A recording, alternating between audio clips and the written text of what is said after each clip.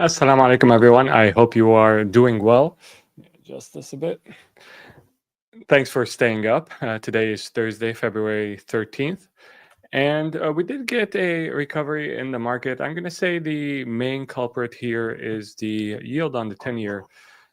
And this is something that not many people were paying attention to, which is the increased fiscal responsibility could actually make investors more bullish on US debt, and that will bring down the yields on that debt and should help risk assets a lot. We did see a green day for all major indices today. This is the day after a hotter than expected CPI print on a Thursday. And so it's not really expected. It's actually, you know, quite welcome to see as an investor. There's a lot of resilience in the market. Kind of tells you that some of that hot print was already priced in, but also there are other catalysts that are keeping the market healthy. And really, when you look at monetary policy and its impact on the stock market, you really don't want to have a stock market that is basically beholden to monetary policy, to interest rates. It's much more preferable if the stock market is being held up by actual earnings or actual fundamentals, and that's how you have basically a resilient stock market, a resilient investing world broadly, is if it's held up by fundamentals and not by levels of interest rates. And so I think it's welcome to see that despite the interest rate cut probability not being that high anytime soon, the markets are still holding up. So, with that being said, looking at some of the names that we like to look at, Tesla is up close to 6% today. Um, Iris and managed to eke out a small win today. Bitdeer was up 2%. Looking at gold, it continues to move higher. Really, we're now at 2,900. If I zoom out here, because this will tell you what we've been doing year to date. We started the year close to 2,600. We're now at 2,900, and based on how things are going, we may be at 3,000 sooner than many think. Bitcoin held up pretty resiliently today at 96,000. Again, this is an asset that is very influenced by monetary policy, liquidity, and yet, despite the real drop in probabilities for a rate cut anytime soon, it's been quite resilient. Same with Dogecoin. Solana is at 194. So I actually saw, Hamid, I saw your question before I went live, and so I pulled up the lithium chart. Lithium has, you're asking about lithium and when the price will recover. So we have seen a bit of a recovery since the November, let's say October lows. We were at 7,200. Now we're at 7,600. Not anything to write home about. I'm sorry, 72,000. Now we're at 76,000. But that being said, I do think that Albemarle, the one of the largest lithium producers in the world, recently mentioned that most producers are actually not making money at current prices, and it's just not sustainable. I've seen I've seen conflicting studies on whether or not the recovery in lithium is going to happen, 2025 versus 2026. But there does seem to be consensus that will happen in the next 12 to 24 months. And specifically with our play, I think that there are catalysts in the form of the merger that's coming up, and some other dynamics that are favorable for the company. So I think that right now it seems I'm actually tempted to buy some, but there are just so many other opportunities with more predictable catalysts. But for now, I think holding is the right decision. All right, going back to the market and what happened today. The Dow closed more than 300 points higher as Trump holds off on imposing new tariffs. So we did get the PPI numbers today, and the PPI numbers were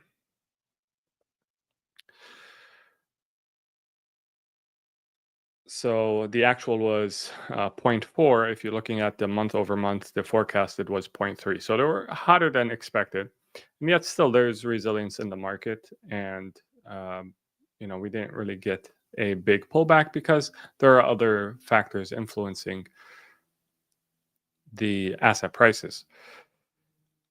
Now, as it relates to President Trump, you may have heard he signed a presidential memorandum to examine reciprocal tariffs on foreign nations. So, you put a tariff, we're going to put the exact same tariff.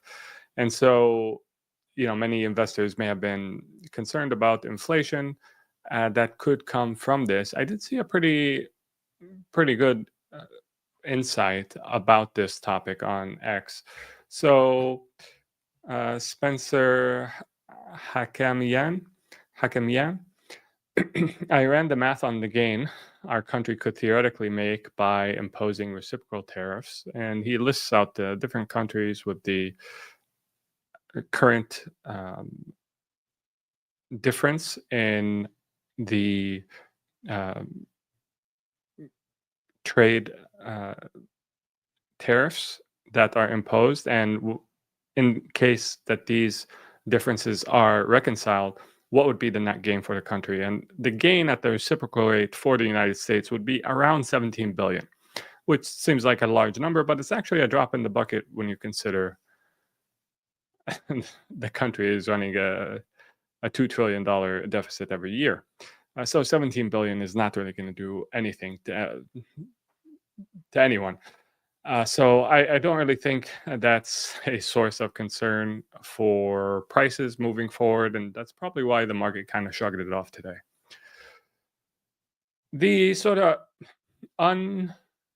unexpected savior for the market, maybe, as I mentioned earlier in the live, is the fiscal responsibility that comes from something like Doge cutting back on expenses that the US government is incurring, becoming more efficient, and increased confidence in the US debt and the US currency, causing the yields on US debt to come down, making risk assets more attractive in comparison. Elon Musk, although I'm not a fan of his anymore, I used to be, but he's recently gone quite crazy with some of the things that he said. Unfortunate to see, but who cares? You know, people. Our hearts are, can change from one day to the next, and oftentimes, what we see now is what was, concealed in the past, and perhaps it existed all the time.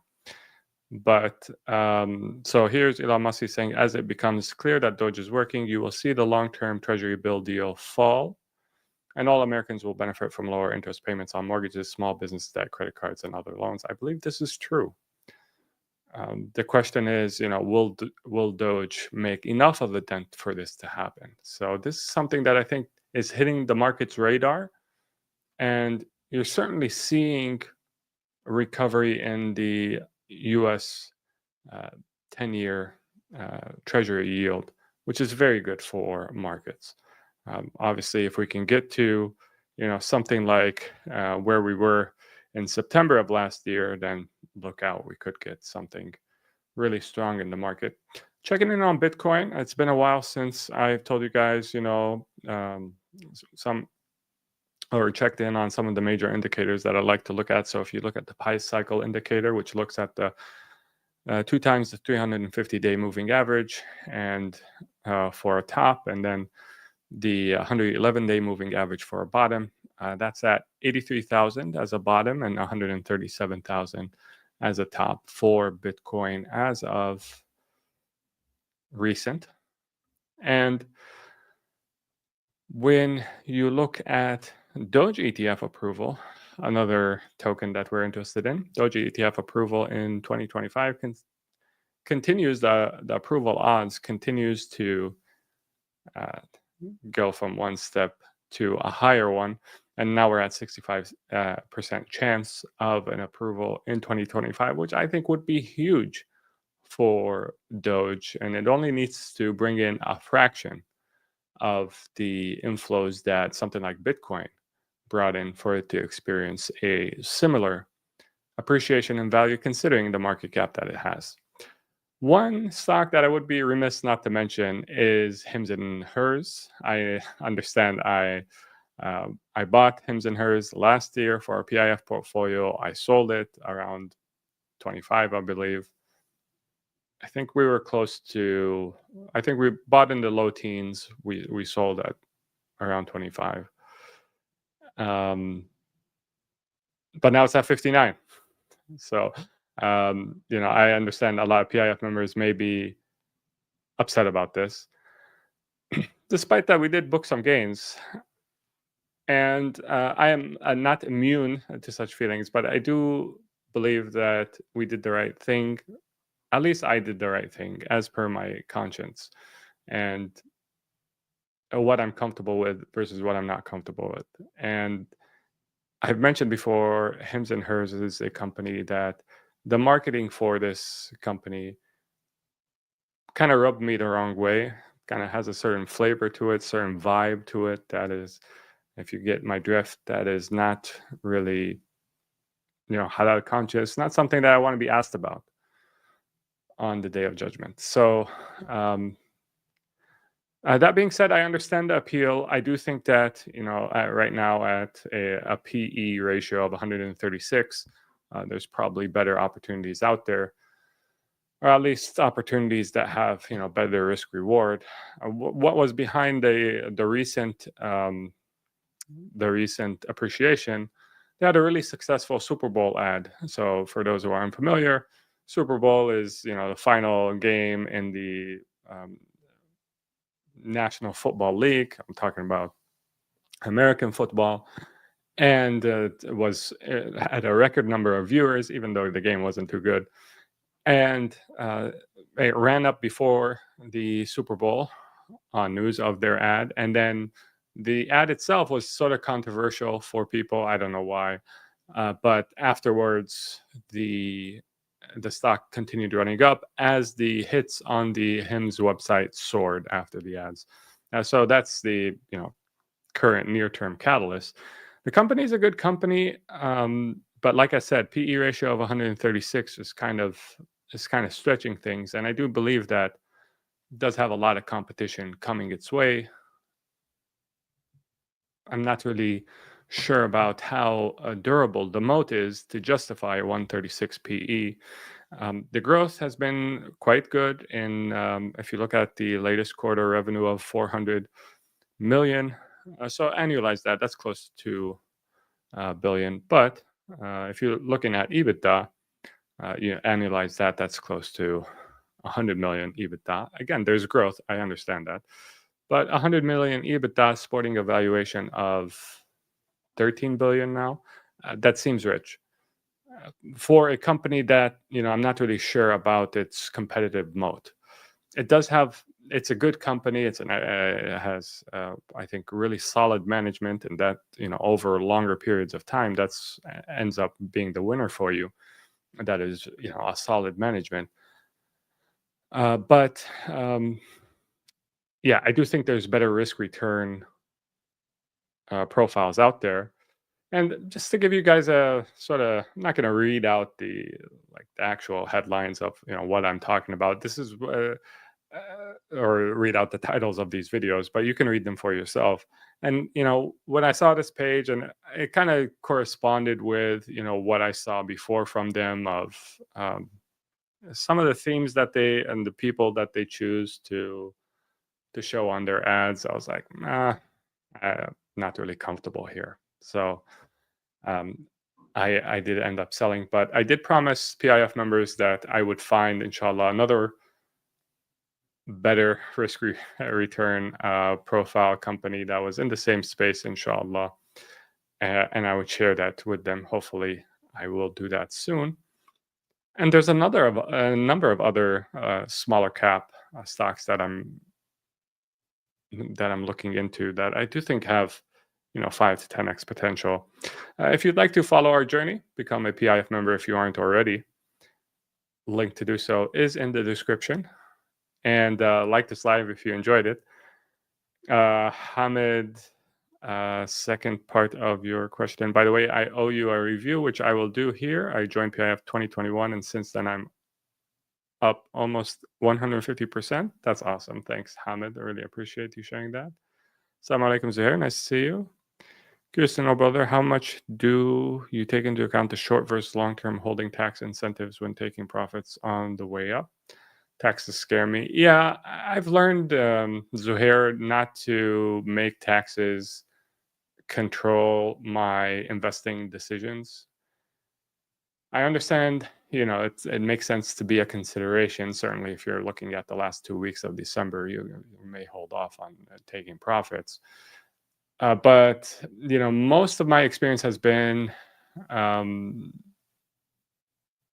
I knew I needed to make a move and I didn't make a move because of tax considerations, the money I could have made from making the move would have far outweighed the tax savings that I was thinking about. So that's been my experience. So I think most investors probably overweight the influence of taxes in their investment decisions. Hey, salam, Dr. Khalid. Nice to see you. Salam, brother Amin. Nice to see you. As I always, leave a like if you enjoyed this live. Until next time, make sure to take care of yourself. Assalamu alaikum and peace be upon you all.